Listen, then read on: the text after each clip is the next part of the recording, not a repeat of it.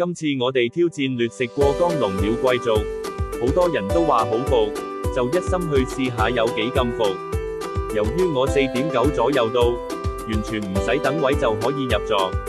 店內嘅光線昏暗，幾有氣氛，加上日式嘅裝修，唔知以為去咗間好高級嘅燒烤店。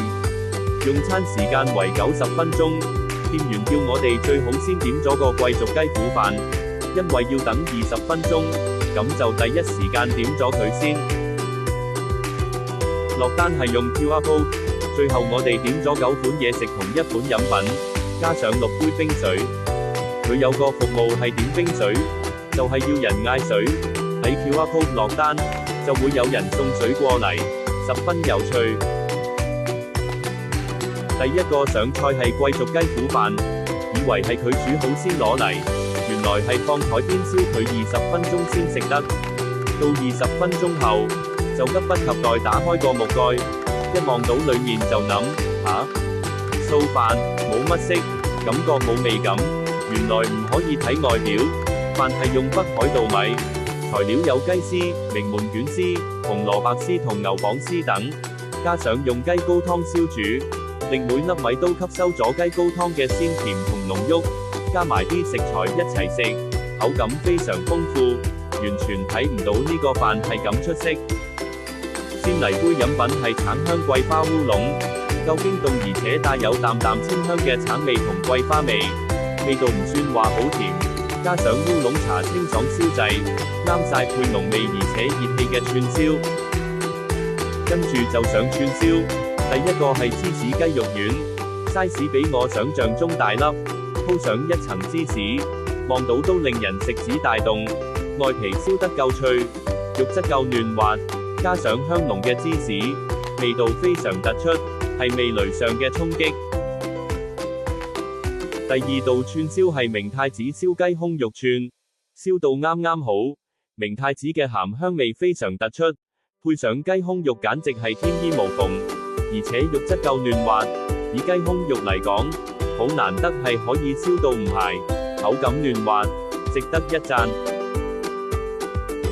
下一個係加上咗秘製醬汁去燒嘅雞腿貴族燒，燒得好靚仔。呢個串燒最出色嘅地方係夾喺中間嘅大葱，夠腍身亦好入味。雞腿肉質嫩滑，可惜唔夠味，好似冇醃過咁。即使有佢秘製醬汁，出嚟個效果係雞醬分離，實在有啲可惜。炸雞軟骨一上台就覺得驚喜，首先份量大，諗住俾得30蚊最多得幾粒，點知佢多到食極都食唔完。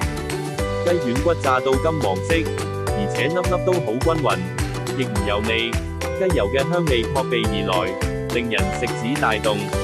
雞軟骨炸得非常鬆脆，鹹香味啱啱好，夠爽口亦唔油膩。聽過 YouTube 話鐵板烤山藥蓉好食，就點嚟試下。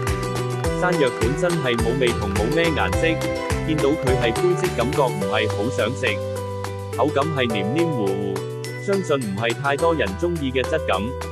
味道方面，用上章魚燒燒汁加上紫菜同沙律醬撈埋一齊，味道上比我想象中好，我覺得係值得一試。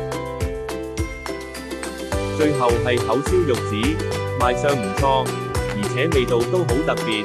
除咗佢面層嘅醬油鮮鹹嘅味道外，蛋內更有味淋嘅味道，而且蛋本身夠滑。蛋香味濃郁，有別於一般嘅玉子燒。最後都係唔夠喉，點咗貴族秘製醬汁炸雞，望落好似冇乜色感，但口感好酥脆，肉質嫩滑到用筷子一夾就夾開。味道上，秘製醬汁嘅鹹香味道突出，成個菜式意外地好食。另外嘅燒團五花韭菜卷，雖然係細細粒，但五花豬油香味完全衝到上大腦，加上中間塞滿刺激性濃郁香味嘅韭菜，帶嚟味覺上嘅滋味外，同時亦解除咗啲五花肉嘅油膩感。話說我本身想睇到鳥貴族到底有幾服可以俾我鬧下，最後又係一篇美食報道。鍾意呢個 post 請 like 同 share 支持一下。